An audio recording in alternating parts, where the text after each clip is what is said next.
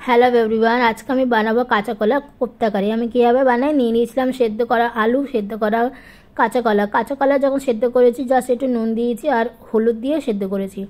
দিয়ে এর মধ্যে বেসন, নুন, হলুদ, লঙ্কার গুঁড়ো, ধনেপাতা কুচো দিয়ে মাখবো। তোমরা চাইলে কাঁচা লঙ্কাও অ্যাড করতে পারো।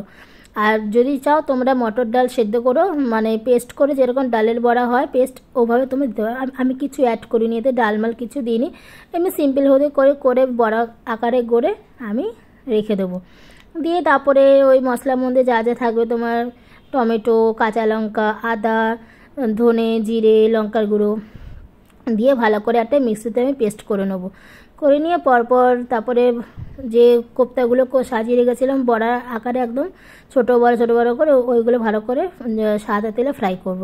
তোমরা চাইলে সর্ষের তেলেও ফ্রাই করতে পারো। ফ্রাই করে নেওয়া আবার ভালো করে তারপরে গোটা গরম মশলা আমি ফোড়ন দেবো। গোটা গরম মশলা দেখবো দারচিনি, লবঙ্গ, এলাচ দিয়ে তার মধ্যে একটু স্লাইড চিনি দেবো, কারণ কালারটা খুব সুন্দর আসে। কিন্তু দেখবে চিনি যদি তোমার গরম তেলে যদি একটুখানি চিনি যদি দাও, স্লাইস চিনি, তাতে কিন্তু কালারটা দুর্দান্ত আসে আর তোমার কাঁচা লঙ্কা বেশিও অ্যাড করতে লাগে না। দিয়ে আলুগুলো দিয়ে ভালো করে তারপর গোটা সাদা জিরে দিয়েছিলাম, দিয়ে দেওয়ার পর ভালো করে আলুগুলো দিয়ে ভালো করে ভাজা হয়ে যাওয়ার পর পেস্ট করার যে মশলাটা সেটা আমি অ্যাড করে দেবো।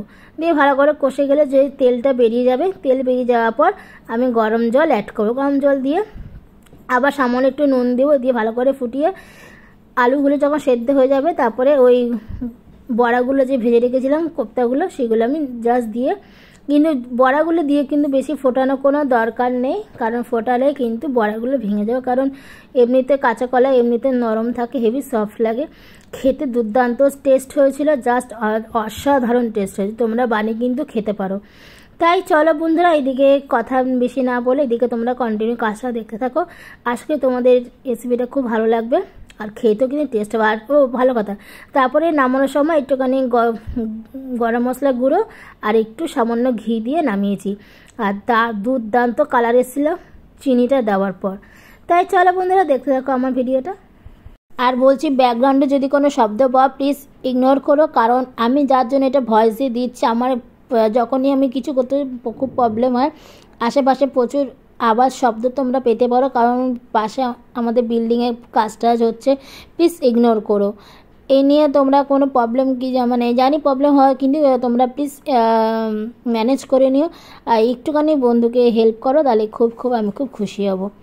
আর এদিকে দেখো আমার আলু সব সেদ্ধ হয়ে গেছে, আমি এবার ভেজে রাখা কোপ্তাগুলো আমি এবার এগুলোকে অ্যাড করব।